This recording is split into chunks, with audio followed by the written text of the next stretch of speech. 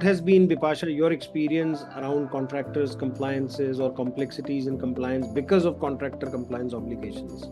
Most of the manufacturing setups which have different facilities across would engage manpower contracts for getting a part of the work done. I think that's a very standard practice that most of us employ, and by which the fact that we become the de facto principal is also very, very clear.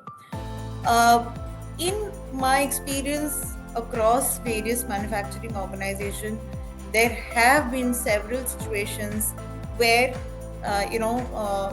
the manpower contract the contract did not really go the way we would have wanted. So the statutory dues like EFS, ESI, etc., which are very standard norms, they were not submitted within the due time, and which is why the organization would have faced a concern.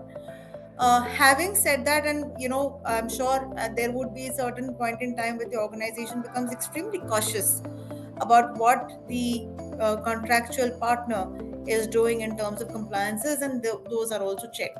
So most of these checks as of now, I would say, are still very manual, and they are again location specific.